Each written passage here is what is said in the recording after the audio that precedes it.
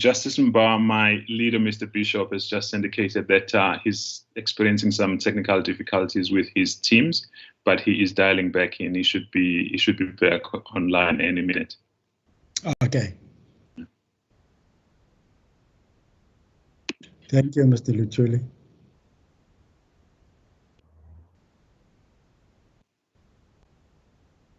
I hope he's not trying to abscond and leave me to.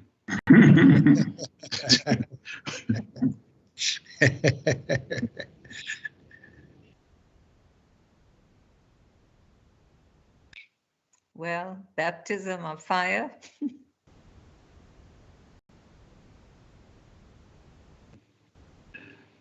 And I've had a few before you, Miss Patha. Oh yes, of course. Good morning, judges. Can you hear me? Yes. Is that Yes. Mr. Bishop? Yes, yes, Judge Mba. I'm very sorry. My Teams just crashed. I'm not sure why. I apologize. Okay. It's fine. So I appear for the respondent together with my learned friend, Mr. Luthuli. Thank you, both counsel. We've already met. I'm Justice Mba. I'll be the presiding judge in this matter. With me are my colleagues, Justice Shangwe, Justice Mushidi, and Ms. Patha, a member of the court. As I explained during our meeting earlier, we are going to afford each one of you 10 minutes at uninterrupted address to set out your roadmap. And then thereafter, we can then debate issues, ask questions if and when necessary. You have indicated the timelines that you've set amongst yourselves, between yourselves, and we won't really strictly hold you to those, but obviously we would like the matter to run smoothly and to be finalized as quickly as possible. Like I indicated, we've gone through your heads of argument.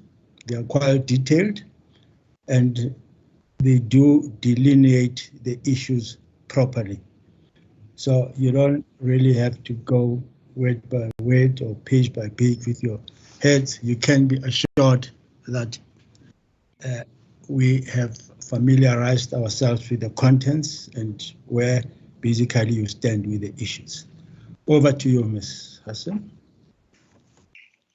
Thank you, Justice Mba. May it please the court. This matter was brought as an urgent application on 5th October 2021. ActionSA brought the application in order to compel the Electoral Commission, pardon me, to include its name on the ward ballot paper. The ward ballot paper provides a space for an abbreviation of a political party's name, the ward candidate, and the party's logo, so 3 identifiers.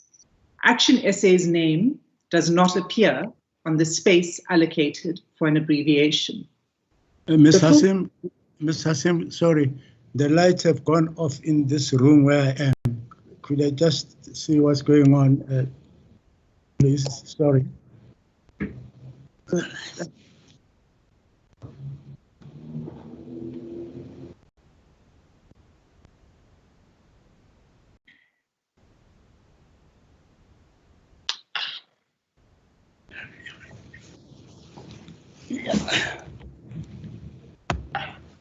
Yes, thank you, Ms. Hassim. You may proceed.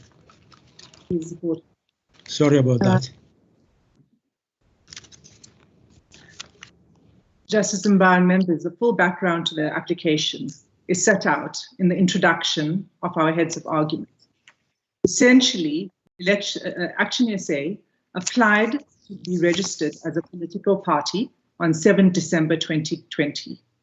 This it did in terms of Section 15 of the Electoral Commission Act and by completing the requisite forms under the regulations for the registration of political parties.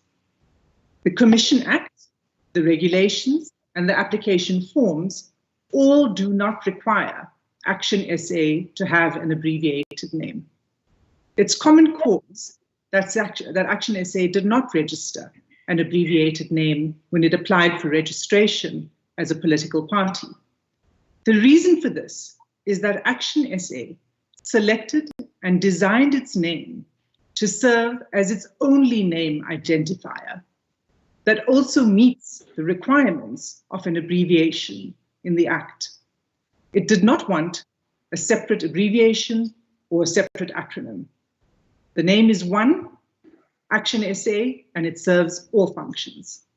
This is evident from the fact that it is 8 letters long, and it contains the acronym for South Africa with no spaces between Action and SA. When it came to ActionSA's attention on the 2nd of October, 2021, that is, when the draft ballot paper was presented to political parties, it pointed out the omission to the Commission officials and requested that its name be included. The Commission refused on the basis that ActionSA had not registered an abbreviation. ActionSA's case is that the exclusion of its name in the ward ballot paper, whether as a result of the decision relating to ActionSA's registration papers or as a result of the design of the ballot paper, is unlawful, unreasonable, and is a violation of its political rights under Section 19 of the Constitution. In support of this case, I will address the following topics in turn. First, I will deal with the argument by the Commission that it did not take a reviewable decision. Second, that the Act and the registration form does not require an abbreviation.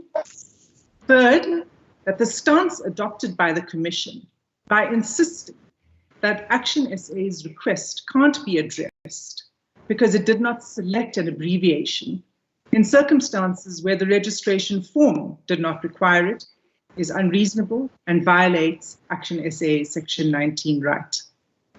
Fourth, the stance adopted by the Commission is also contrary to its duty, Section 100 of the Constitution. Fifth, that the power to design a ballot paper does not extend to imposing an obligation in conflict with the Commission Act. Sixth, and finally, I will address the topic of just and equitable relief, and that our relief to include ActionSA's name on the ward ballot paper is just and equitable relief. Let me begin then with the decision. The Commission argues that there was no decision taken to refuse to include ActionSA's name on the ballot paper. This is wrong. It's wrong in law and it's wrong in practice. First of all, the definition of decision in the Promotion of Administrative Justice Act is very broad. It provides a definition and then it lists the kinds of decisions that qualify under PAJA, including doing or refusing to do any other act or thing of an administrative name. Ms. Hassan, we are losing some of the words you are saying. Most certainly I am. Yes. Try to be close to your mic and not move move your body a lot, because we are losing some of the weight. Okay, I don't know if other members of the court are experiencing the same problem as I am. Yes, I am. It's breaking up a bit. Yeah, it's breaking up a bit. You are breaking up a bit, Ms. Hassan. Justice Mba, I will go a little more slowly and try not to move. Can you hear me better now? Yes. Yes. Yes. Thank you. I'll try to keep myself still. Yes. It's not by nature, but I'm going to do my best. Okay.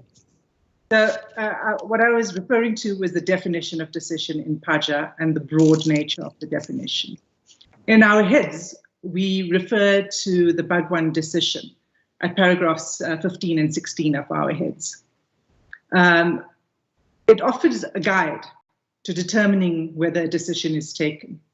But I wish to draw the court's attention to paragraph 11 in Bhagwan, where the court stated as follows: Ultimately, the facts in each circumstance will have to be evaluated to determine whether or not the process referred to above have been complied with, or to what degree these processes exist for purposes of deciding whether administrative decision had been taken. When applied to a set of facts, it will be a matter of degree to determine whether an issue is ripe for review adjudication on the basis that the decisional process has been completed. In other words, it's a factual inquiry. So with that in mind, let us look at the facts in this case. The facts show the following. In Justice Mba, I will spend a bit of time on this because it's important to take the court through what actually happened. It began when ActionSA objected to the omission of its name on the ward ballot paper. As I said, this was when the draft ballot paper was presented to political parties. The first response it was met with is that its name was not reflected on the ward ballot paper because it did not choose an abbreviation on the registration form. This was on the 2nd of October, am I right? This was on the 2nd of October, the first interaction with the commission. That was a verbal interaction. And the fact that it took place is reflected in the record. Because after that, ActionSA wrote to Mr. Shaburi, who is the Deputy Chief Electoral Officer, to explain its position. That is to be found at page 37 of the record.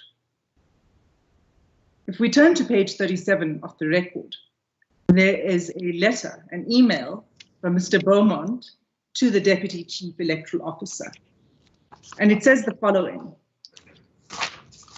After interactions with Fosi today, we have come to understand that the reason nothing features in the acronym block of the ballot paper for ActionSA is our registration documentation. In the attached Annexure 2 form, part of our registration submission, we recorded that there is no abbreviation in the party name. Our expectation at that point would be that ActionSA would feature as both name and acronym, which is why we chose a name that fitted with the 8-character letter limit. Given that ballot sign-offs were taking place yesterday at municipal level, I would have to believe it is possible for the issue to be addressed. I cannot locate any section of the law or regulation that would be used to prevent this. And I am sure we can all appreciate how the absence of an important identifying characteristic is important. The response from the Commission's official is at page 39 of the record. And the response, as you will see, is a considered one. In numbered paragraphs, Mr. Shaburi explains, first, the purposes of Annexures 1 and 2 as requiring a party to make a choice. Then refers to Regulation 8C of the regulations for the registration of political parties to explain further the purpose of the annexures. He advises Mr. Beaumont of what in his view is the proper process to change an identifier, and that is to apply under Section 16A. He then says, for all of those reasons, he says, in the circumstances, the Electoral Commission is constrained from giving effect to your request. But that's not all he says. He goes on to conclude that even if it were notionally possible to accommodate the request, the printing of the ballots has already commenced. ActionSA responded immediately to disagree with this interpretation of the law by the Commission. And this response is contained on paragraph 40 of the record.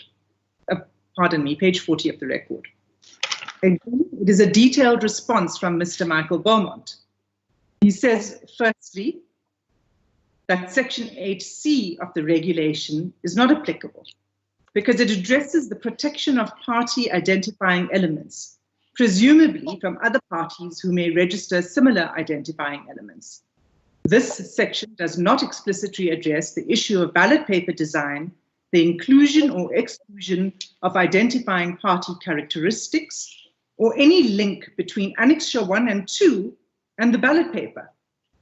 The Act, he says, is silent on these matters. For example, and this is important, the photographs of party leaders that feature on the national ballots are not required in the registration process. Yet they appear on the ballot paper. This serves to demonstrate that the purpose of Section 8C is not about ballot papers. He goes on to say that the process of issuing draft ballots for parties to sign is rendered meaningless if issues are detected, objections are lodged, and yet you allege that these matters cannot be remedied. He then says, explains again, with regard to Annexure 2 and the choice to select an abbreviation. He says, this is understood to mean that ActionSA must be presented as such, whether referred to in full or in abbreviation. In this regard, the name of the party was purposely chosen to be within the character limit, 8 characters of the abbreviation. No reasonable person could deduce from this that a party would willingly forego one of 3 or 4 identifying characteristics on the ballot paper. The implication of this is that ActionSA was to be presented as ActionSA. Whether abbreviated or not, it has only one identifier. At no point did ActionSA accept that our name not being abbreviated would mean that we would be absent in one of the 3 identifying elements of the ballot paper.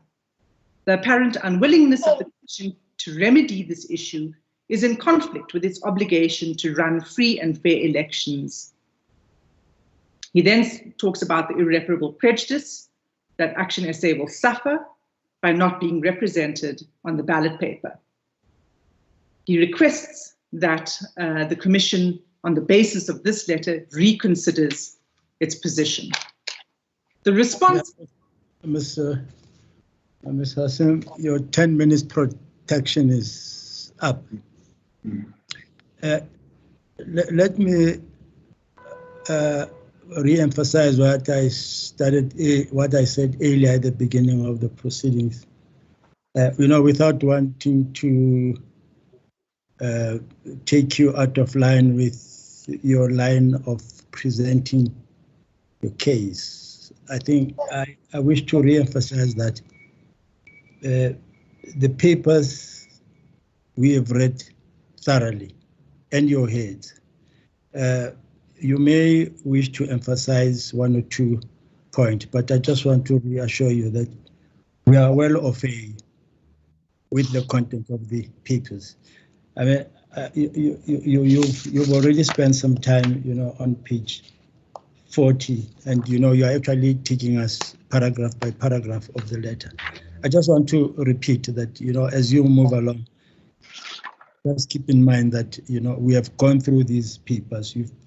We've been provided with an index paginated bundle. Even before that, we were provided with the actual pleadings. You can be assured we've gone through. You don't have to go through every line and sentence of what is in the bundles.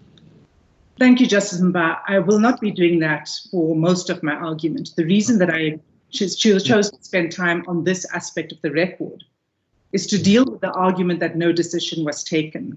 Yes. Whilst you are there, I just want to ask this.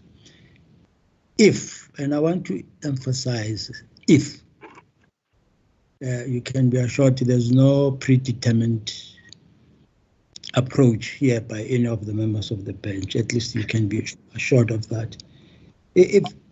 What would be the implication if at all it was found that there was no decision taken? Well, because that would mean there's nothing to review, not so. Well, Justice Mba, that's not quite correct, because what still remains. No, I'm asking. What's the implication? The design of the ballot paper.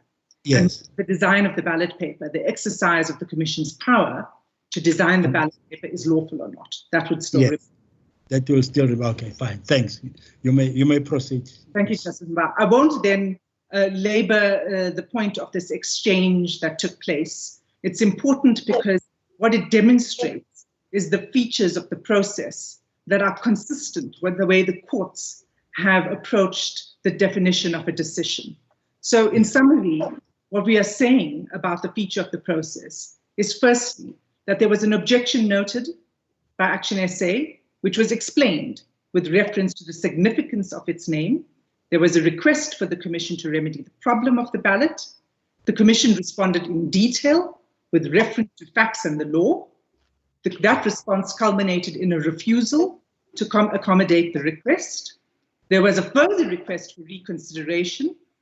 That was followed by a terse refusal, and then finally the statement by the Commission, which supported the approach, the decision by Mr. Shaburi.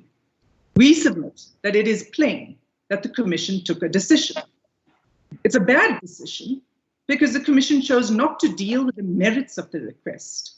They did not accept that ActionSA registration process in substance, if not in form, and failed to explain why an identifier that is presented as optional when you apply to register your party is later held to be mandatory in the view of the Commission. That is a decision, that it is a decision, is consistent with the judgments of this court. This court has reviewed and set aside decisions of the Commission in cases where the decision was very much of a technical or clerical nature and that appears to be predetermined by a rule, such as the refusal to accept documents after the regulated deadline. We referred in our heads to the case of National People's Party versus the Electoral, and the relevant paragraph in that judgment is paragraph 16, which the court said that the contention that this application does not deal with the decision of the respondent because it did not take a decision is incorrect. The respondent responded to the applicant's application, and the nature of his response is to support the actions of its officials to refuse to accept the documents tendered by the applicant on the basis that it was too late. Now, the Commission tries to distinguish this case by stating that in National People's Party, the objection was that the decision was not one taken by the Commission for the purpose of Section 21A of the Act. But that really doesn't take things any further for them.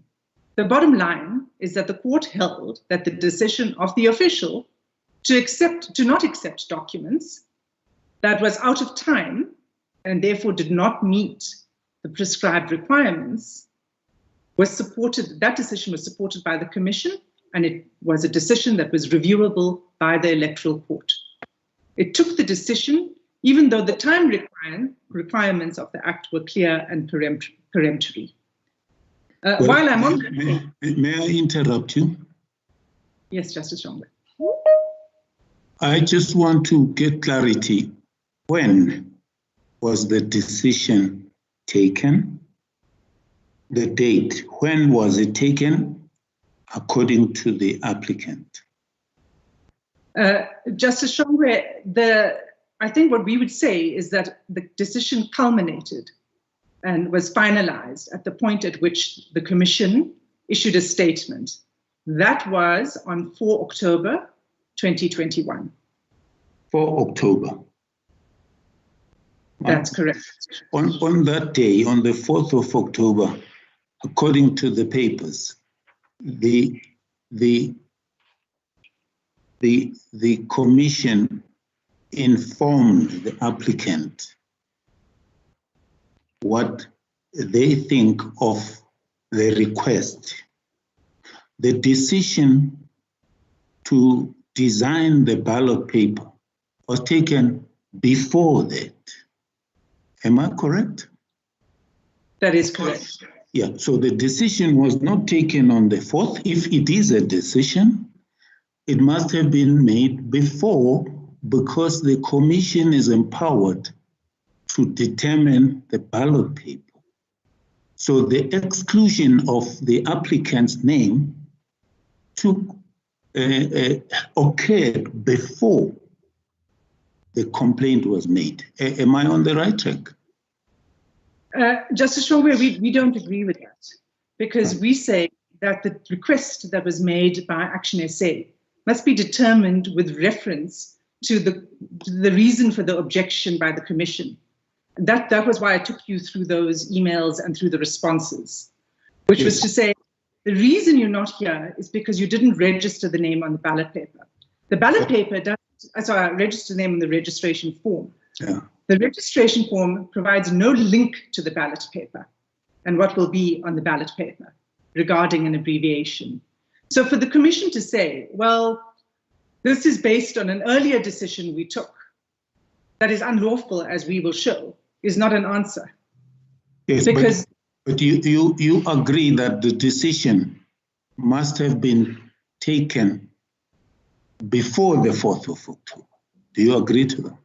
I agree that the decision, the determination of the design of the ballot paper took place before the 4th of October. That's correct. Which is the decision that you are saying is unlawful. And we are saying that that decision is unlawful. But we are also saying, pardon me, I interrupted, Justice Shaw. Okay, so the decision was not, I want you to understand where I'm coming from. The decision was not taken on the 4th. It was taken before the 4th. That's what I want to establish. No, Justice Shaw, so we attack both the determination of the design of the ballot paper, and we attack the decision by the Commission not to remedy the problem for ActionSA because it didn't fill out the form correctly. I see. So do I understand you correctly as the applicant that you are not attacking the constitutionality of Section 23? You are not attacking that. The Constitution. Okay. We are not attacking the constitutionality of Section 23 of the Municipal Electoral Act. That provision merely says that the Electoral Commission must determine the design of the ballot paper. What we are attacking is the exercise of the Commission's power under Section 23. Okay, I'm clear now. Thank you, Justice Strongway. I was dealing with National People's Party to show the nature of the decisions that this court has reviewed and set aside. In the heads of argument and in the interest of time, I'm not going to repeat it, but we have referred in paragraph 19 of our heads to the CUM decision by the Constitutional Court, which talks about the jurisdiction of the Electoral Court and the wide ambit of the jurisdiction of the Electoral Court to determine any decision, in fact, each and every decision that is of an electoral nature. Let me turn then to, well, let me just finalize this point. The attempt by the Commission to non-suit the applicant by denying it took a decision in relation to this question of Section 15 of the Act and the registration form must fail. I'll turn now to the merits of the matter. The first is that the Act and the regulations do not require an abbreviation. Section 15 of the Act says that the Chief Electoral Officer shall, upon application of a party in the prescribed form in this chapter, register the party. 15.2, and it's 15.2c, that's really important. But the whole of 15.2 says the form shall, inter alia, make provision for the following. A, the name of the party. B, the distinguishing mark or symbol of the party in color. And C, the abbreviation, if any, of the name of the party consisting of not more than 8 letters. Annexure 1 is attached to the regulations. And if the court were to have regard to Annexure 1, what it says is that under item 1, it says name of party. Under item 2, it says abbreviated name, if any, of the party. And in brackets, it says the abbreviated name may not consist of more than 8 letters. It also says that it requires an A5 size logo for ballot paper printing purposes that must be submitted together with this application. So the form contemplates that a logo must be provided for the ballot paper printing processes, but does not ask the same for an abbreviation. In Annexure 2, which is the notice that lies open for public scrutiny, item 3 says the following: the abbreviation of the name of the party is ... and below that it says there is no abbreviation of the name of the party, and in brackets, delete that which is not applicable. So what happened is that ActionSA did not select an abbreviated name because in its mind, it wasn't required to do so. And ActionSA serves a function and of a name, an abbreviation, an acronym, however you wish to call it, and it fits the purposes, it meets the requirements of an abbreviation.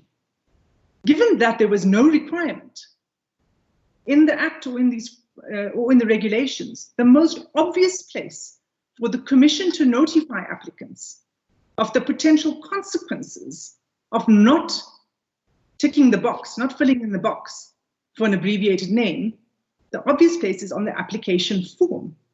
The application form contains no information whatsoever to indicate that the choice to not register an abbreviated name is at the peril of the applicant, because that is what the Commission would depict on a ward ballot paper together with its logo.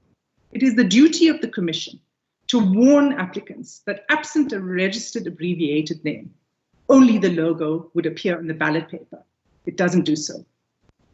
In other words, if the Commission were to elevate the requirement of an abbreviation to a rule for the purposes of the ballot paper, this should have been explicit in the registration form.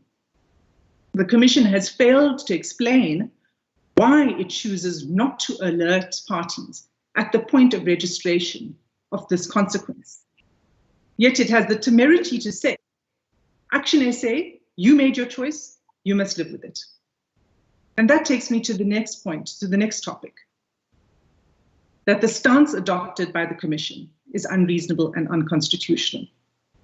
Why do we say this? As I said, the Commission's response is you didn't fill in that part of the form where it selects applicable or not applicable. It contends further that the only remedy for ActionSA is a change of identifier under Section 16A of the Commission's Act. But this answer is unreasonable, and it's a technical approach by the Commission. To require compliance with Section 16A is to require technical compliance where there is substantive compliance with the purpose of the provision. Why do we say that? Because it requires ActionSA to effectively re-register its name, but this time by filling in the line that allows for an abbreviation. We have set out in our heads from paragraphs 46 why this is a mechanistic approach. I'm not going to repeat that. In short, the purpose for applying for an abbreviation under Section 16A would be to follow the same steps that ActionSA has already undertaken. And these steps that the Commission says that the applicant must take would take 30 days in order to meet the requirement that the name must be open for public scrutiny and objection. In its answering affidavit, the Commission is at pains to point out why this lengthy process is necessary. And that is at paragraph 67.1 of the answering affidavit, page 115 of the record. The Commission says, the importance of ensuring that the process of party registration is one that enables other political parties and the public in general to have an opportunity to raise objections is consequently a very important step, including to prevent new entrants from registering names, logos, and acronyms or abbreviated names that may be confusingly similar to others. This is something that with increased numbers becomes increasingly complex for the Commission to manage. But the point is this, in this matter, that purpose, this important purpose that is set out in the answering affidavit, has already been met. The name ActionSA is already registered. It's passed the test of Section 16 of the Commission Act.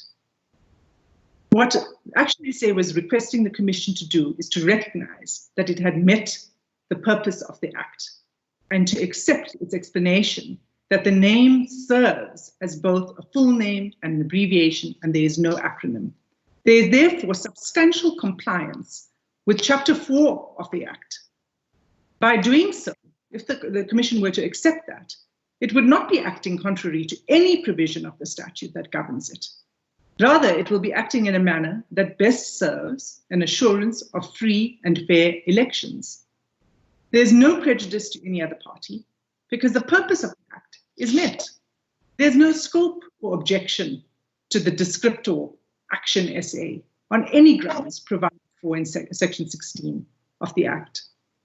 To be reasonable, the Commission's decision must at the very least be capable, objectively capable, of furthering the purpose for which the power was given.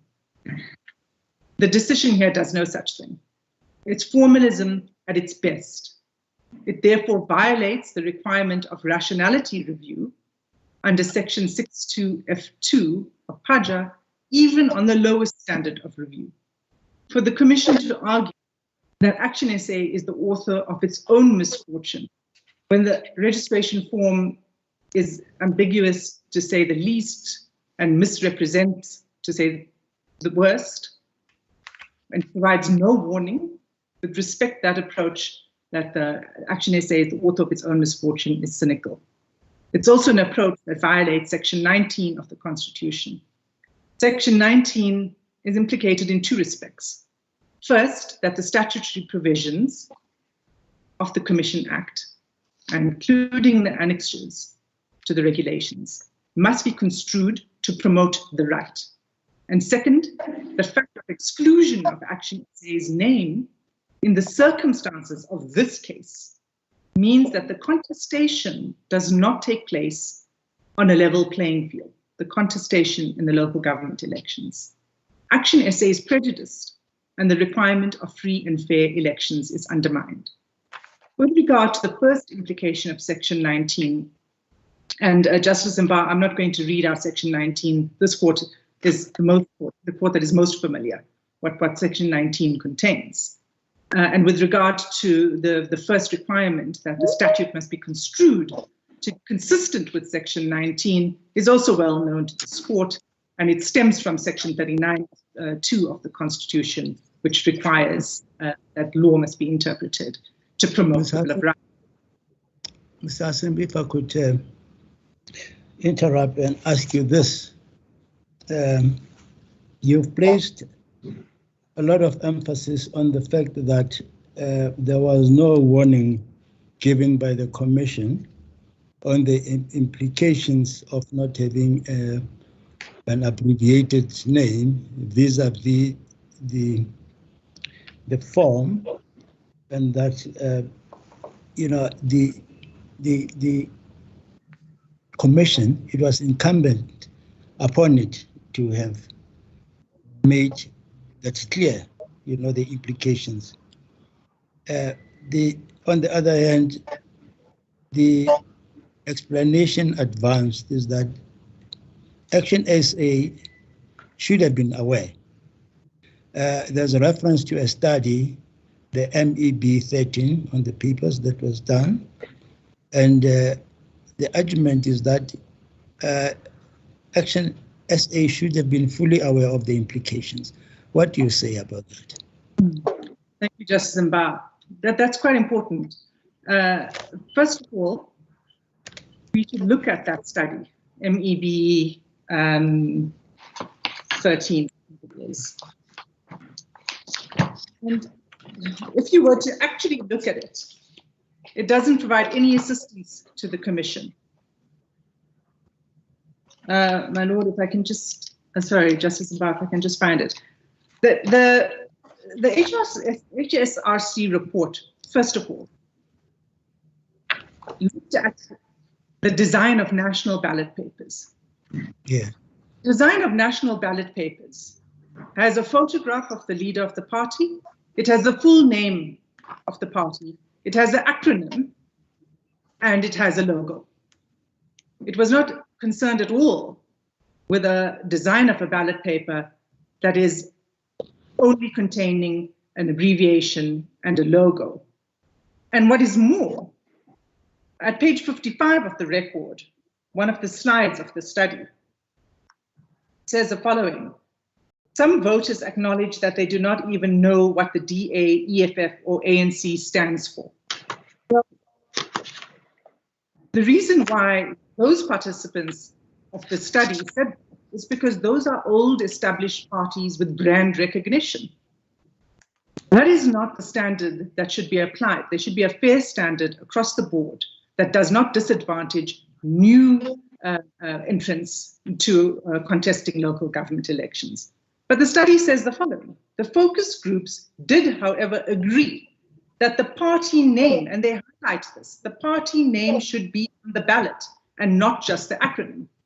So how could this have been a forewarning to ActionSA that if you don't include your abbreviation on the registration form, you're not going to appear on the ballot paper?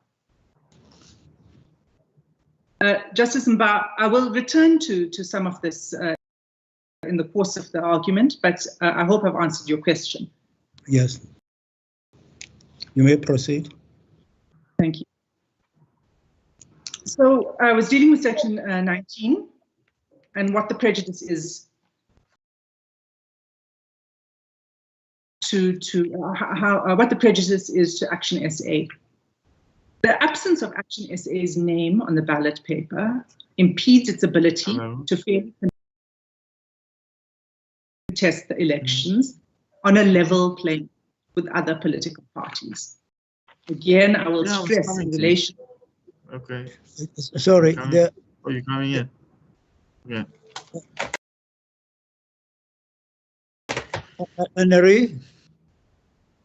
Anari, are you there? Yes, Judge. There are some people talking in the background. Please, everybody, make sure that the mics are muted. There's been a persistent disturbing noise coming in the background. Please, everybody must mute their mics. You may proceed, Ms. Hassan. Thank you, Justice Mba. The prejudice to ActionSA is that it will not be participating on a level playing field. And again, I was referring the court to the HSRC report and the reference to the DA, the ANC, the EFF. ActionSA was only registered on the 7th of December 2020. It does not have brand recognition. It also impedes the rights of voters, therefore, to effectively exercise their choice when voting. This is because voters would not be able to discern whether and where ActionSA is to be located on a ballot paper, where only its logo is used. It must be borne in mind, and I'm stressing the obvious, it's a new political party. So it could be perceived by some voters as an absence of ActionSA altogether on the ballot. The Constitutional Court in Kham has held that the Constitution protects, and Section 19 protects not only the act of voting and the outcome of elections, but also the right to participate in elections as a candidate to seek public office. And at paragraph 86 of Kham, if I may just, I'm not going to refer to everything in Kham, but just paragraph 86, if I may, because it's an important point of emphasis in the judgment, where Justice Wallace says, the constitutional requirement is that elections must be free and fair. This is a single requirement, not a conjunction of two separate and disparate elements. The expression highlights both the freedom to participate in the electoral process and the ability of political parties and candidates, both aligned and non-aligned, to compete with one another on relatively equal terms, so far as that can be achieved by the IEC. The narrow approach of the Commission refused the name on the ballot has the effect of severely disadvantaging ActionSA in the local government elections.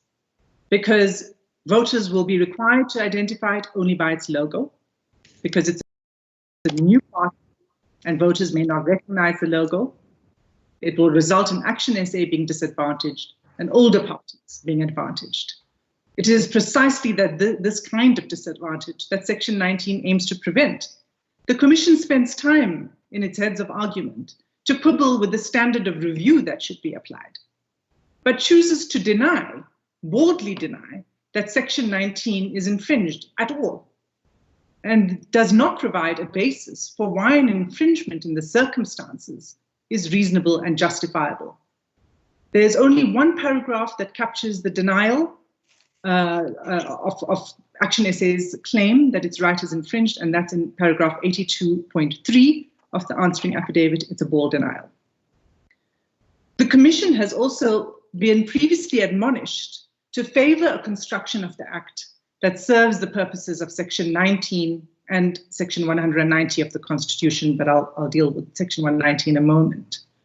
The court has referred to a series of cases in our heads of argument. They are cited at paragraph 65 of our heads of argument. I will only highlight the following. In the ACDP case, in the judgment by Justice O'Regan in the Constitutional Court, the issue was that relevant provisions of the Municipal Electoral Act, which required a deposit to be paid by a certain time and in a certain form, were not met. However, the court held that the legislative purpose had been met by the manner and form of payment by the ACDP. At paragraph 34 of that judgment, Justice O'Regan says that in approaching the interpretation of provisions of electoral legislation, courts and the Electoral Commission must understand those provisions in the light of their legislative purpose within the overall electoral framework. That framework must be understood in the light of the important constitutional rights and values that are relevant. Well, what are the rights and values that are relevant? It's Section 19 of the Constitution, and it's Section 1 of the Constitution, which includes the value of a multi-party democracy. In that case, the Commission was required to take all necessary steps to include the ACDP in the municipal elections, which was to take place 5 days after the order of the court. I've already referred the court to the National People's Party case, where the court found that although the adherence to the timetable is peremptory, it also found that the application of the time limits must be done in such a way that it facilitates participation instead of limiting participation. And it said that this is so because that is what is envisaged by the Constitution, Section 2 of the Municipal Electoral Act, and the values upon which the Act is based. In the Lotter case, much the same reasoning. The requirements of the Act were not met. But the court found that although compliance by the applicant was not strictly what it ought to have been, the injunction has nevertheless been complied with. That is, the purpose and the object of the Act had nevertheless been complied with. Here too, the substance of the Act, the purpose of the Act has been complied with. ActionSA registered a name that is not more than 8 letters long. That's what it chooses to do. In the hashtag era, a political party does not need to have a lengthy name with 4 words in it and acronyms. It chose ActionSA, designed very peculiarly. It meets the definition of the abbreviation as stated in the Act. The Act does not require the registration of an abbreviation, and there is no prejudice to any other political party or the public because the name has already passed the test for registration under Section 16 of the Act. The next topic is got to do with the constitutional duty that rests on the Commission, and this is important. It's important not just because the Constitution demands it, because the Constitutional Court and this court has held that that duty must influence the way courts assess and adjudicate cases between applicants and the Commission. That duty is entwined with Section 19. The court is familiar with the duty. Again, I won't repeat what we have said in our heads of argument, and I won't repeat the duty, but what the court said in calm is important and requires emphasis. The court said that this court must give full weight to the constitutional commitment to free and fair elections and the safeguard it provides of the right and ability of all who wish to offer themselves for election to public office. It is essential to hold the IEC to the high standards that its constitutional duties impose on it. The constitutional duties, of course, are also contained in sections of the Electoral Commission Act, particularly Section 4 and Section 5. In New National Party, the Constitutional Court had occasion to emphasize this again, the crucial importance in the context of our founding values, the crucial importance of the role that rests on the Commission. And in New National Party, the relevant paragraph is paragraph 12. The court said the following: the right to vote, of course, is of course empty. The right to vote, of course, is indispensable and empty without the right to free and fair elections. The latter gives content to the meaning of the former. The right to free and fair elections underlines the important exercise of the right to vote and the requirement that every election should be fair has implications for the way in which the right to vote can be given more substantive content and legitimately exercised. The reason that this high standard is demanded from the Commission is because of the importance in this country of electoral legitimacy and the integrity of the electoral process. On this score, we have referred the court again to cases where the Commission was reminded by the court that, for example, errors in filling in forms by applicants who wish to contest elections on a fair basis with others, that those errors can be avoided if the Commission upholds its duty to assist and take reasonable care when advising the applicants. Now, that's important because what the Commission is saying in this case is you ought to have known. You are people who've been around, you ought to have known, but that is not sufficient. It's not good enough in this case, in the context of the requirement of electoral legitimacy and the duties in the Commission to simply say you ought to have known. The cases that we've referred to in our heads of argument bear this out.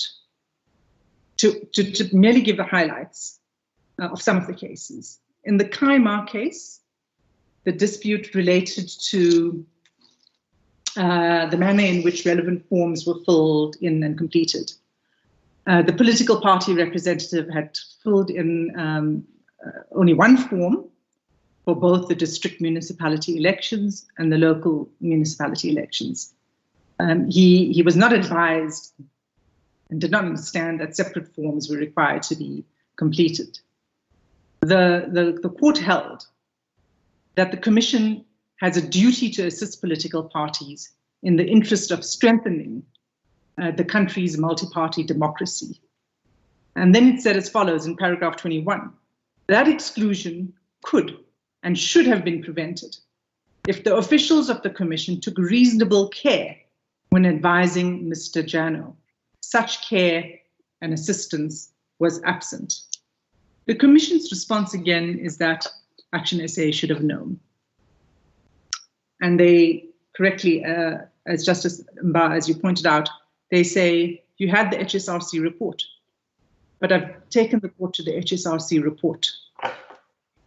And it doesn't stand for the proposition. It doesn't help the Commission because, in fact, the HSRC report that the full name of the party should be on the ballot paper. The Commission also said that ActionSA may be a young party, but it has members who are seasoned politicians. But that too doesn't assist the Commission.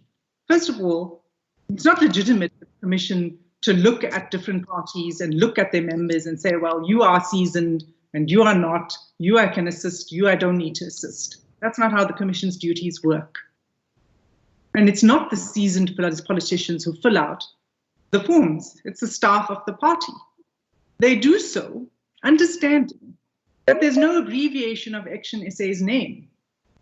It's one name, it serves all purposes. So when they're faced with a form that says select which is applicable, it says not applicable.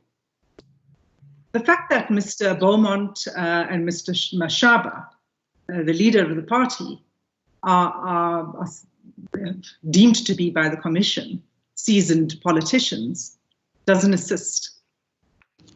They were politicians, they served in political roles under the Democratic Alliance, under the DA, a party with an established brand, again, an established acronym. The importance of the abbreviation for the purposes of the registration form and a link to a ballot paper would not have occurred to them. They did not come to this court to say, they came to this court saying that it was only until they saw the ballot paper that they realized that they appreciated the consequence of not separately registering its name as an abbreviation, even though it's the same name. So it's no answer for the Commission to reprimand ActionSA by saying you ought to have known, because as I've shown, the cases say that the response of a responsible Commission is to be proactive and to assist parties who wish to exercise their right to participate in elections. And again, we have cited a catalogue of cases to support this proposition, that the duty is a proactive duty, not a duty that says, well, you must be imputed, it's imputed knowledge, you ought to have known.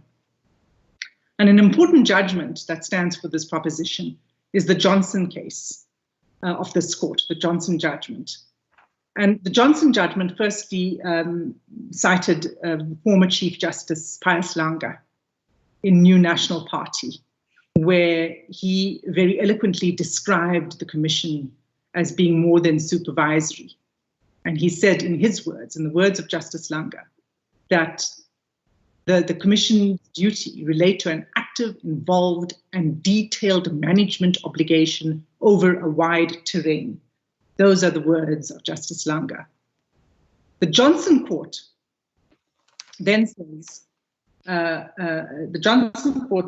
in paragraph 31 that the judge says, I'm of the view that the learned Chief Justice conveyed the duties of the Commission, do not end by mechanically implementing the letter of the law. It is not only to act as a verifying agent insofar as strict compliance with the legislation is concerned. Its duties include a duty to assist voters and candidates. Such assistance should not be limited to ensuring that participants, such assistance, yes, should not be limited to ensuring that participants have sufficient knowledge of the electoral process. It should promote a culture of helpfulness to all involved in the elections.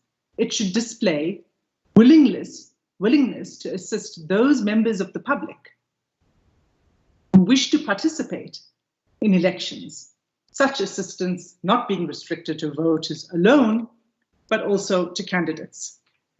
Again, the Johnson case had to do with incorrect filling out of the forms, and the court expressly stated that the Commission's attitude that it was the fault of the parties and not the Commission did not hold water, and that it was in conflict with the duty not to simply apply rules mechanically or technically, but to promote participation rather than exclusion.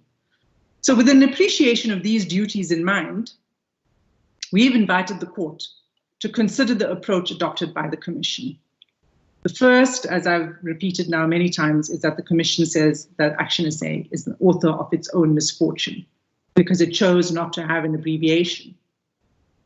But nowhere in the law, nowhere in the regulations, nowhere on the application forms does it provide that ballot papers may allow for abbreviations, and thus those parties who choose not to have an abbreviation will only be identified by its own logo.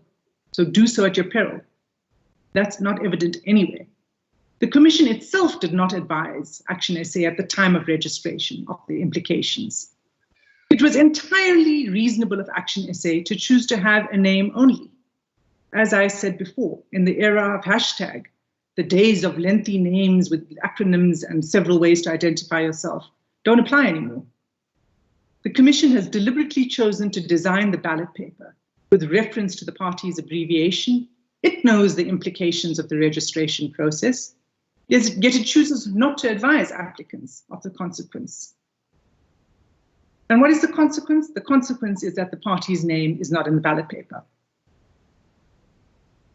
The right place to have alerted ActionSA and all applicants is on the registration form. But Ms. Hassan, if I could interrupt here, the point is made that all parties were made aware, including, and ActionSA was specifically aware of this, that for the identifiers, what would be used would be the information that was furnished at registration. What do you say to that? There's nowhere in the record of this case, Justice Mba, that the Commission can point to having told ActionSA and all political parties that those are the identifiers that will be used for the ballot paper. In fact, if you look at the national and the provincial ballot papers, it includes a photograph of the leader of the party. Yeah. When you register, you don't submit that to the Commission. Yet the Commission includes it on the ballot paper, even though it was not there at the time of registration. So the argument doesn't hold water. Yeah. And Justice Mba, and that is why we say that on this basis alone, what we've set out and what I've hoped to convey to the court about the registration process, on that basis alone, it should succeed in this application. But the Commission attempts to deflect attention from the decision based on the registration form to the design of the ballot papers, what Justice Shongwe asked me about earlier. So let me deal with that issue of the design of the ballot papers. Yes. ActionSA doesn't contest that Section 23 of the Municipal Electoral Act empowers the Commission to design ballot paper. That's clear. The Commission says it should have challenged Section 23, but there's no reason to do so. There's nothing on the face of Section 23 that is unconstitutional. It merely gives the power to the Commission to design the ballot paper. So the problem is not with Section 23 itself. It's with the exercise of the power by the Commission. In implementing Section 23, it acted outside the law by imposing a requirement that is contrary to the stipulated requirements for the registration of a political party. That power, the power under Section 23, we say, must be read together with the provisions of the Commission Act. And we've referred the court to the judgment of the Constitutional Court in Ruta versus Minister of Home Affairs. And in essence, what that judgment said is that it's a well established that statutes, that interpretive doctrine requires us to read statutes alongside each other so as to make sense of their provisions together. A latest statute's general provisions don't derogate from another statute's related statute's specific provisions. So similarly to Ruta, in this matter, the Commission seeks to invest the provision of the Municipal Electoral Act with the power to trump the provisions of the Electoral Commission Act, because it is in 15(2)(c) that stipulates what identifies a party is required to register, and it does not require an abbreviation. At paragraph 43 of the answering affidavit, that's at page 105, the Commission says the following. It says that it exercised its powers in terms of Section 23 of the Municipal Act in compliance with the stipulated requirements and processes involved in the registration of political parties. And at paragraph 45, it says, when a political party applies to be registered, it knows that the information sought will be used in the design of the ballot paper. And they say, look at clause 3B of Annexure 1. Clause 3B of Annexure 1 to the regulation says, A5 size logo for ballot paper printing processes must be submitted together with this application. It does not say anything about an abbreviation or an acronym also being submitted together with the application. There's no requirement, therefore, of an abbreviation in the statute. We've made that clear. And there's nothing on the application form that links it, the abbreviation, to the design of the ballot paper. In the light of that, there cannot be a circumstance where the Commission would be permitted to design a ballot paper that effectively introduces the requirement for the registration of an abbreviated name, notwithstanding the specific requirements for registration in the Commission Act. And it is to that extent that the Commission's exercise of its power under Section 23 is not authorized by law. Such exercise of power, as we well know, must be consistent with the law and with the empowering provisions. That exercise, if it's not, is inconsistent, therefore, with PAJA and the principle of legality. We've cited the cases on the principle of legality. We don't need to go through them. They're well known to the justices of this court. The principle is well established in our law, and it's embodied in the Constitution. And it basically means that the legislature and the executive in every sphere are constrained by the principle that they may exercise no power and perform no function beyond that which is conferred upon them by law. We don't wish to, unless the court wants me to go there, get into the difference between unlawfulness under PAJA and the principle of legality. The courts have also said that there's very little distinction to be held between the two standards. The point is that the act and that the Commission acted outside of its powers, because the Municipal Electoral Act does not authorize the Commission to impose through the ballot paper the requirement of any requirement, when it's not a requirement in the law, when it's not a requirement at registration under the Commission Act. Stated otherwise, the Commission is not permitted to exclude from the ballot paper the name of a party that meets the definition of abbreviation in the Act because it didn't register it as such. As we point out in our heads, there's effectively no difference on the standard of legality. And I'm not going to go through the case law, it's there in our heads. The bottom line is that the Commission's determination to permit only registered abbreviations in contravention of Section 15(2)(c) of the Commission Act and the regulations and Annexure 1 is unlawful. They attempt to justify it by relying on a report, the same report by the HSRC, which in their view shows that voters often identify parties by their logos and abbreviations. But I've taken the court now to the part of the HSRC report, which shows that that in fact is not the case. I've also alerted to the court to the fact that the HSRC study was looking at the design of the national ballot paper. So when the Commission exercises power under Section 23, it must do so in a manner consistent with the Constitution. It did not do so in this case. Can I interrupt you? Yes, Justice Shongwe. Maybe I'm just jumping the cut now. If we are with you on the aspect of the duties of the Commission, but is the relief that is requested practicable? Justice Shongwe, I'm happy to answer that now, but I'm about to get there in about 1 minute. May I just conclude the point on Section 20?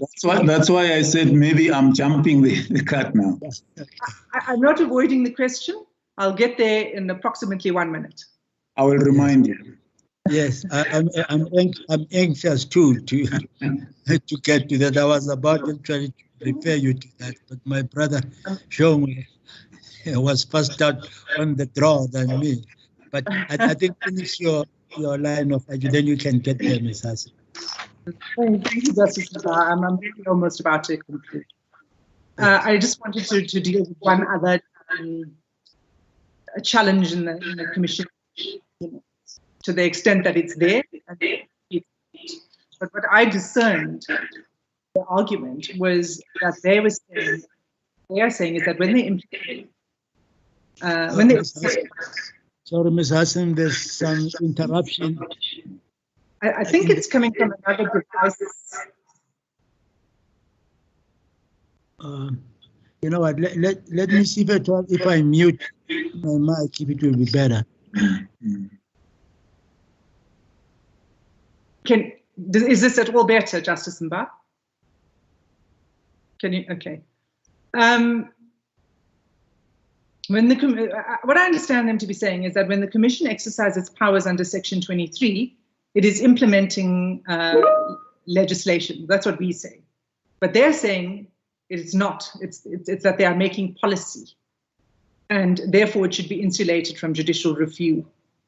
Now, this distinction of implementing legislation or making policy is quite important. And it was clarified by the Constitutional Court in Edu College case. And Justice Mba, we did not refer to this case in our heads of argument. It's only something that we were required to address after seeing the Commission's heads. So the reference, if I may provide it, is Permanent Secretary, Department of Education and Welfare, Eastern Cape. Yes. Versus Edu College. And it is to be found in the law reports at 2001, volume 2, SA, page 1, and it's a decision of the Constitutional Court. And Justice O'Regan said as follows, after dealing with the treatment of policy versus administrative action in the Safu judgment. And this is what she said. It should be noted that the distinction drawn in this passage, referring to Safu, is between the implementation of legislation on the one hand and the formulation of policy on the other. Policy may be formulated by the executive outside of a legislative framework.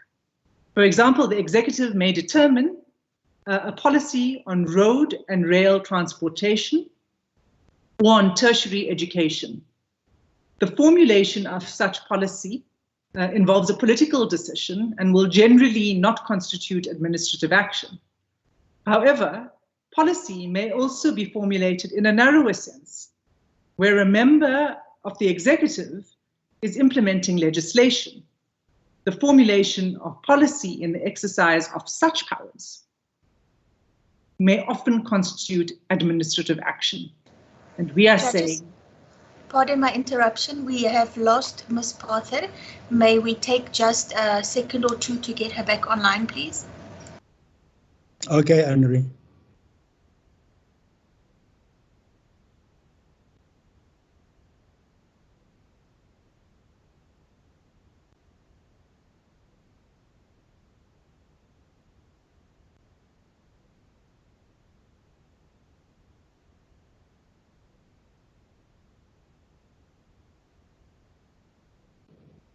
Yeah, she has just sent me a note that she's trying to reconnect on another server.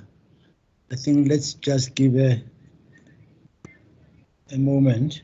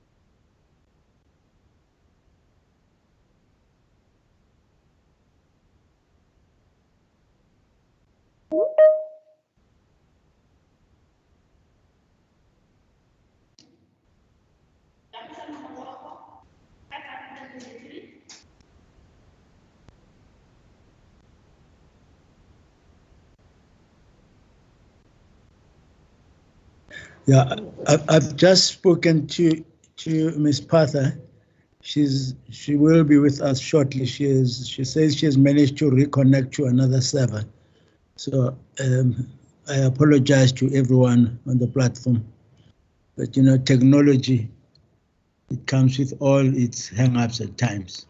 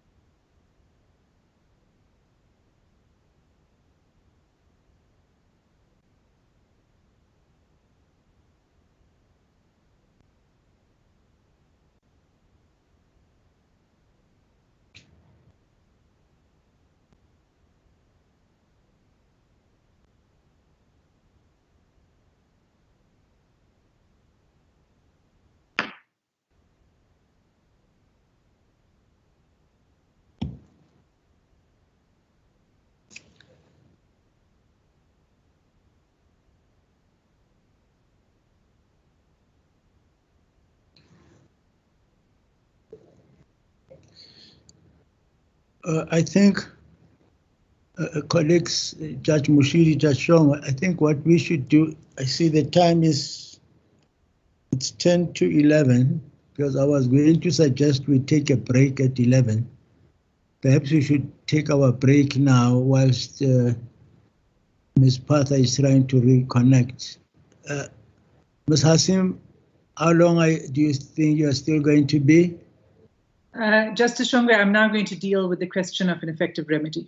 And that's the last topic that I have to address. Oh, okay. All right. Ms. Partha, I think she's coming on board again. Okay, then let's finish you up. It's 10 to, you've been on your feet now since 11:15. But, you know, as I say, you know, I don't want to rush anybody. But let's, I think we'll allow you to finish, then we'll take a break thereafter. Okay. Thank you, Justice Mba. No, welcome. Are you back, Ms. Patha? Yes, thank you, Judge Mba.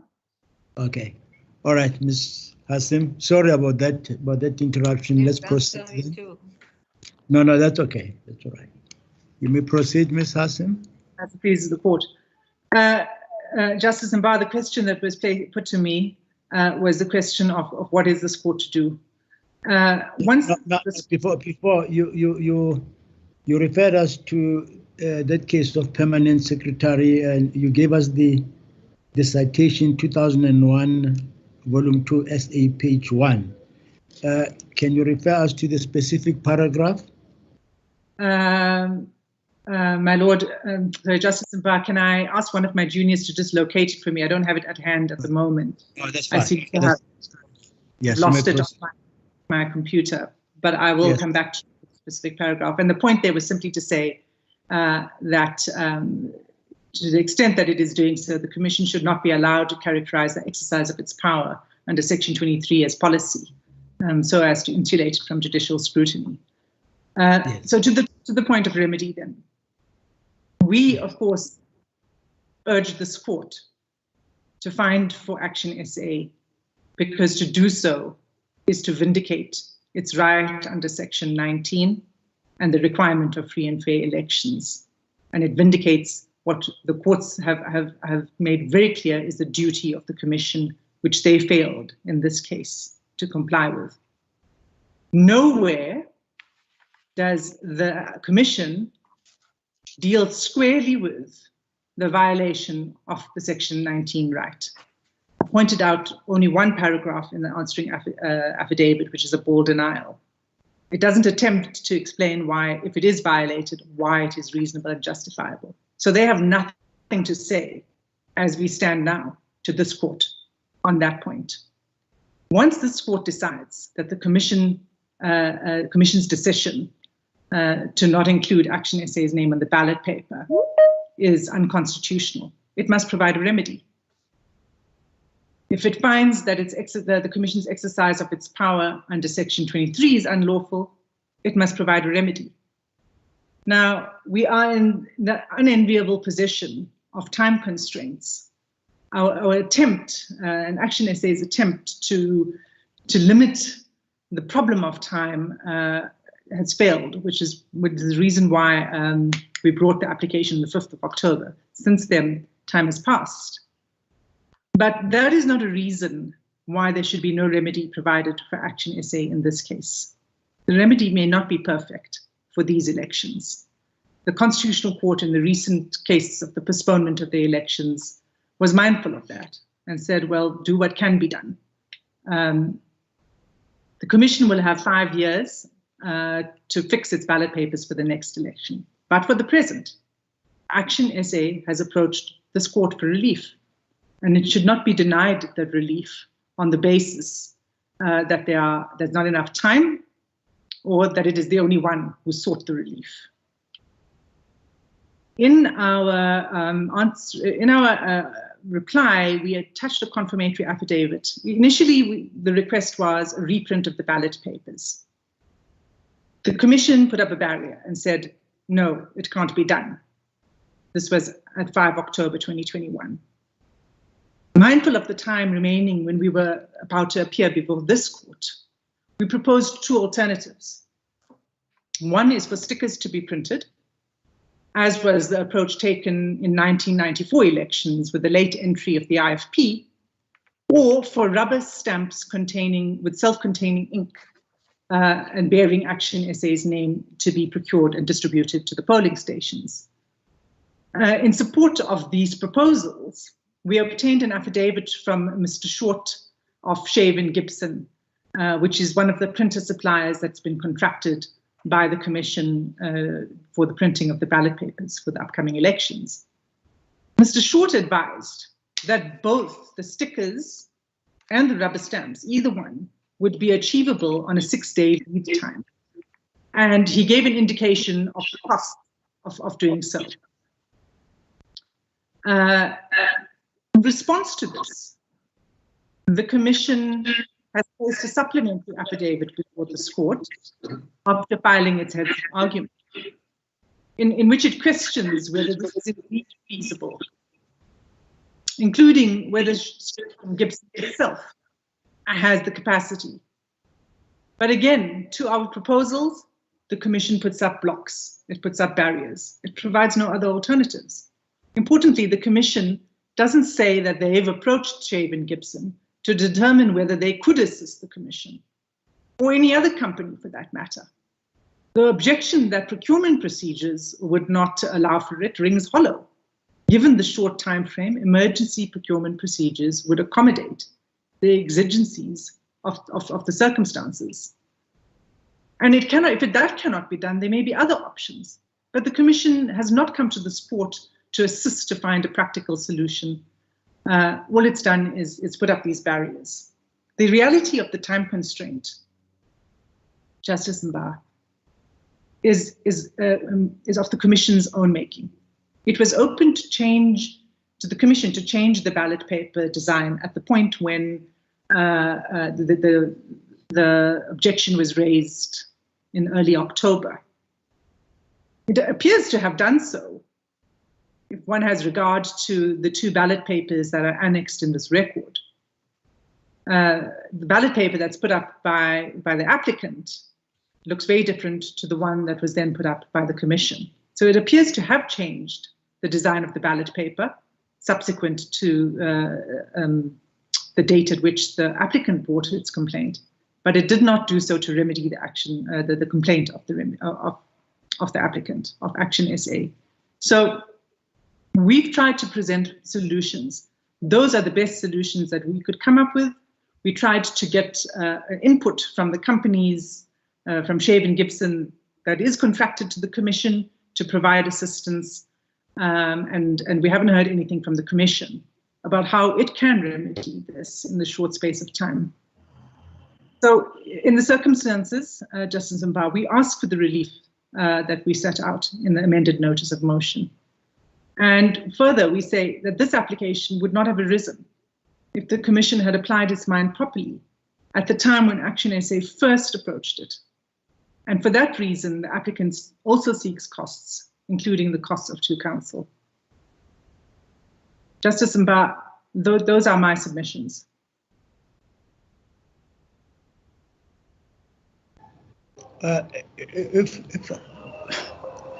If I may ask, the option of,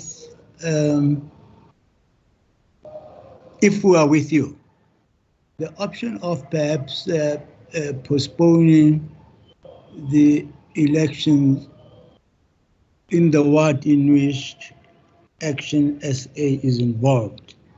Have you thought about that? What do you say about that? More so in the light of the ruling by the Constitutional Court that these elections have to be held by the 1st of November. That's correct, Justice Mba. We did consider the question of a postponement at the time when the case was launched, but at that time we thought that there would still be a remedy that would fall short of the need for a postponement. However, if there is need for a postponement, it's not, if there is a need for a postponement to ensure the free and fair elections, what is important is that it's not the whole local government elections that are being postponed. It is the elections in certain wards.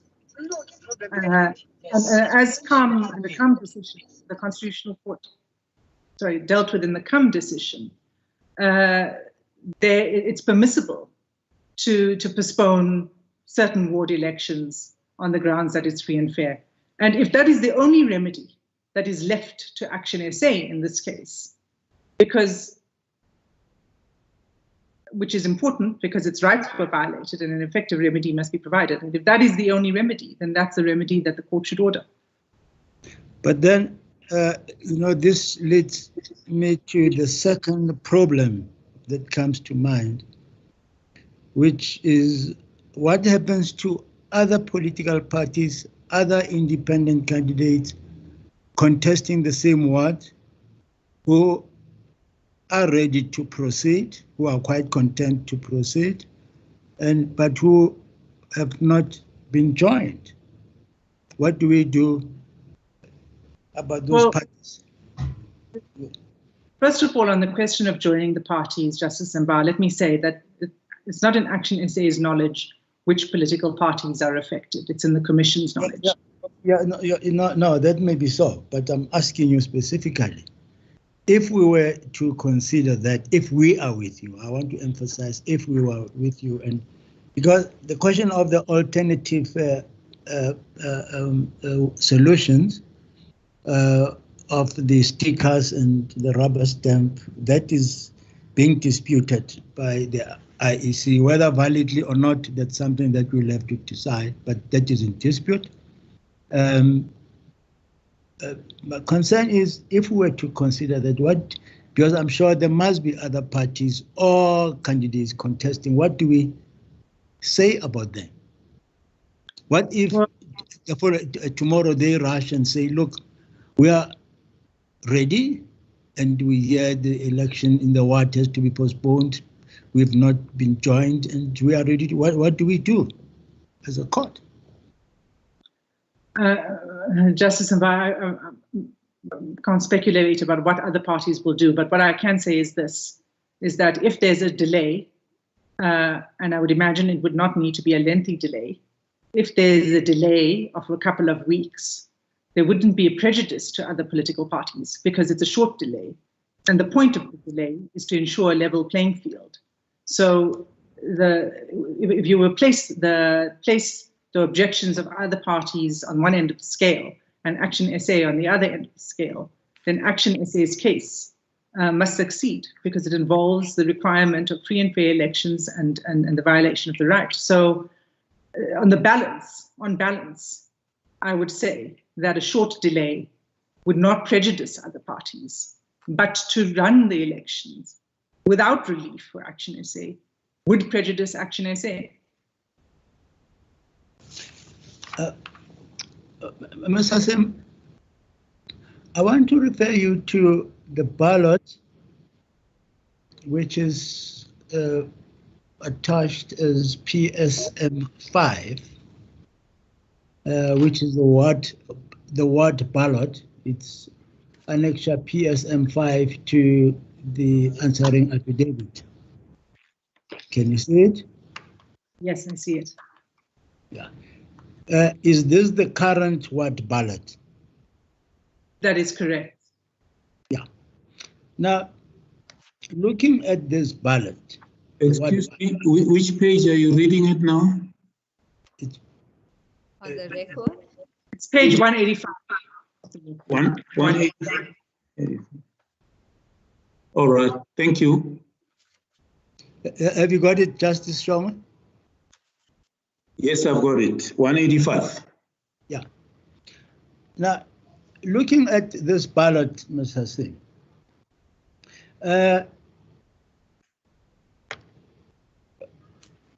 ActionSA is number 1, 2, 3, 4, 5, 6, 7, 8, 9, 10, 11, 15 on this ballot. Do you see that?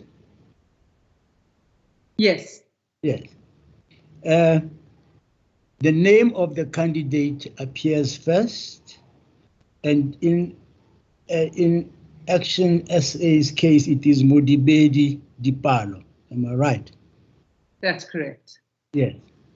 And there is, of course, the logo and the abbreviated name of ActionSA, of course, does not appear, which is central to this appeal. My question to you is this. Modibedi Dipalo, does the ward candidate for ActionSA, am I right? That's correct. Yes. Now, the argument made by the respondent is that in respect of ward elections, the name and identity of the candidate is very important because, amongst others, the candidate in a ward election is the one who will be doing the campaigning, visiting voters or potential voters door to door, and their name will be very discernible to all people who would want to vote for the ActionSA in that particular ward. Now, the argument, of course, being that on the ballot, the current ward ballot, the name is there, the logo is there, and that this should not disadvantage ActionSA. What do you say to that? Justice Mbao, one needs to only look at this ballot paper to see the disadvantage. Yes. All of the acronyms are there. All of the abbreviations are there, barring ActionSA. The fact that this is a ward election, yes, does mean that the name of the ward candidate is quite important. But the ward candidate is not standing as an independent. He is a member of the political party. He has a right. Yes, Ms. Hassan. The thing, what I'm putting to you is the voters in that ward, the argument presented is that the voters in that ward can never make a mistake of thinking that Mudibedi belongs to any other party. They know him. He's been to their houses. He's campaigned there. And not only that, the logo of the party is there. And the argument is that the name of the candidate for the ward is there, is clearly discernible, no mistake, and the logo is there. And the argument is that the ballot, the ward ballot as it stands, should not disadvantage ActionSA. The argument goes further to say, in fact, Action South Africa is not the only party whose name does not appear on the ballot. There are 13, 14 other parties who don't have abbreviated names, but they only have the names of the ward candidates appearing in similar fashion. There is also the question of the PR ballot. Now, which have also been distributed in relation to this election. Now, on the PR ballot, the full name of ActionSA appears. So, to sum up, on the ward ballot, there's the name of the candidate and the logo. There are similar other parties whose abbreviated names don't appear on the ward ballot. And of course, the full name of ActionSA does appear on the PR ballot. And the submission advanced is that all of this should not particularly disadvantage ActionSA. What is your response to that? Thank you, Justice Mbao. First of all, if the political party's name was not important, then none of the political parties' names should be included on the ballot paper. The reason it's there, even though it's a ward ballot, where the candidate's name is important, the reason it's there is because the Commission has determined that it is important to have the name of the political party on the ward ballot.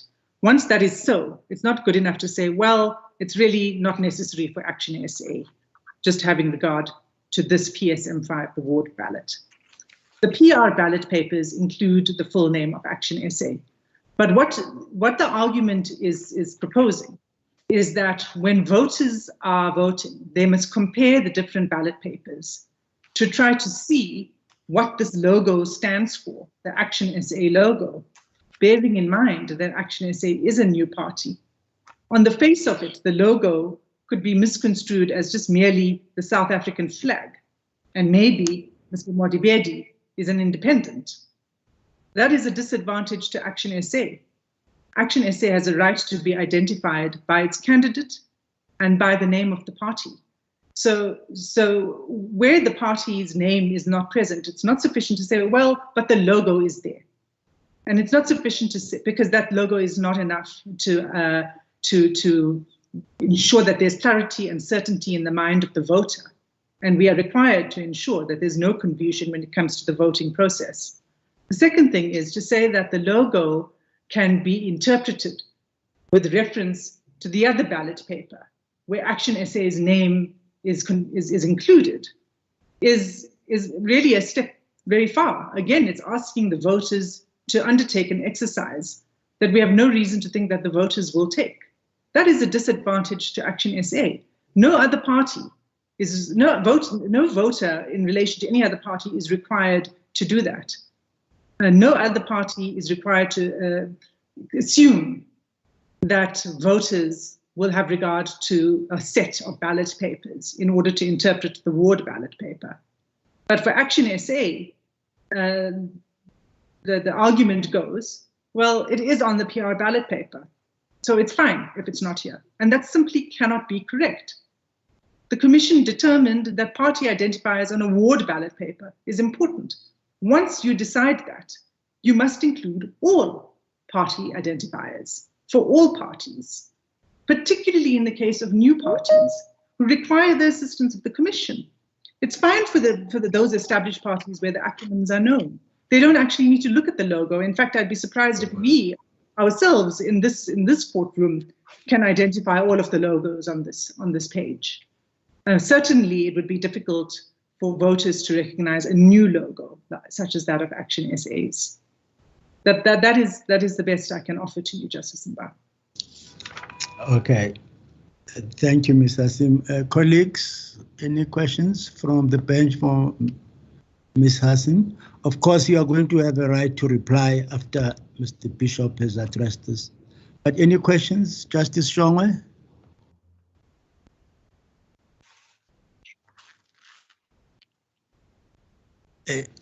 He's muted. Yes. No, at the moment, I don't have a question. What I had in mind has now been clarified. Okay. Justice Mushiri? Justice Yes. Mushiri? Yes, can you hear me?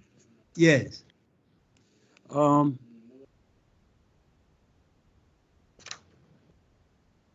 wanted to follow up on the question initially intended to be asked by Justice Shongwe, but he abandoned it about the relief. I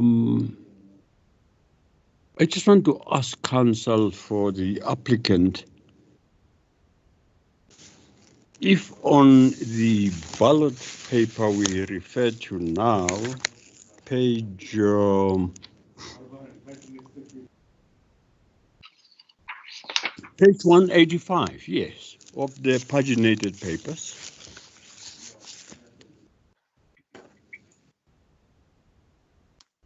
And specifically under the column of SA, ActionSA, counsel for the applicant has made heavy weather about the responsibility of the IEC to having credibility, to help, to act independently, impartial. What comes to mind to me is if the IEC had put in under the short name of SA Action, which is blank there, I think it's common cause. Are we together? It's Yes, only the logo. It's only the logo.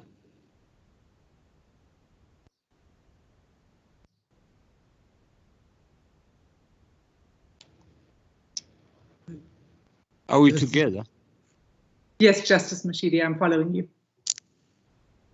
But if the IEC on its own had taken the initiative to write in their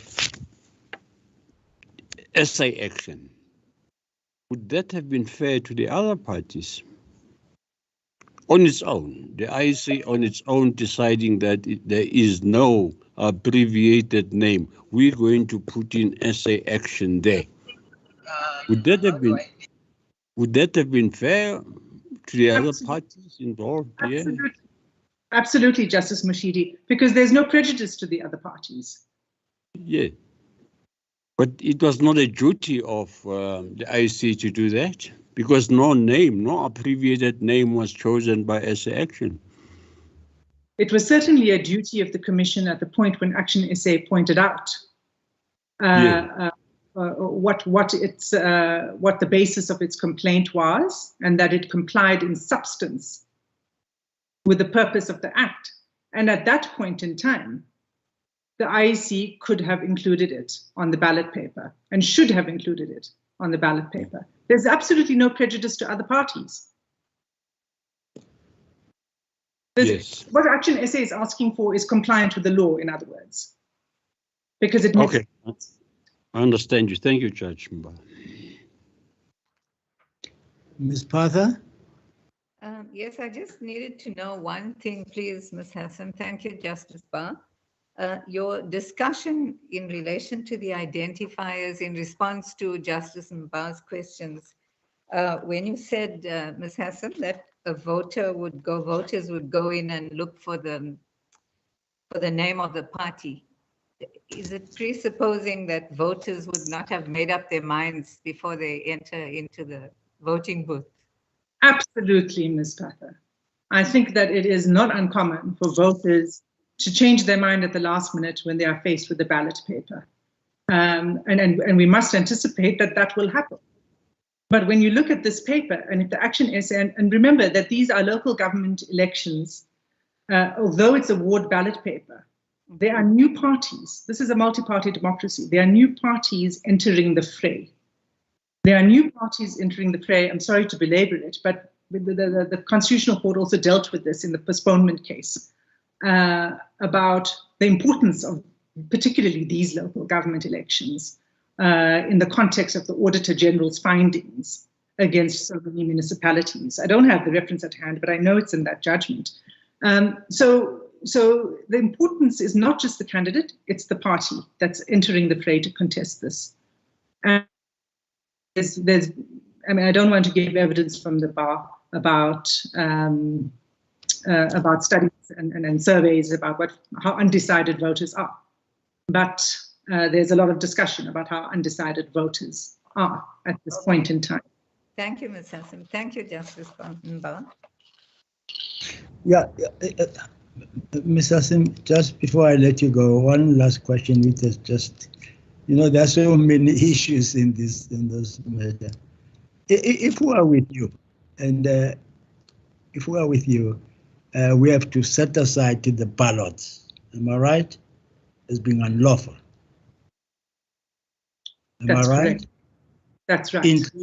Including the PR ballot, which reflects the full name of ActionSA? No, not the PR ballot. It's only applicable to the ward ballots. And that is if the court were to find that the decision by the IEC to design the ballot paper in that way is unlawful. It would only be applicable to the ward ballot paper. Okay. All right. Thank you, Ms. Hassan. Colleagues, I see now the time is it's 11:20. We are going to take a 10-minute leg stretch. We'll reconvene at 11:30. Please don't leave the platform. Just switch off your camera and mute. Mr. Bishop will entertain me after the tea break. As the court pleases, Justice Mba. As the court pleases. We adjourn, will reconvene at 11:30. Thank you.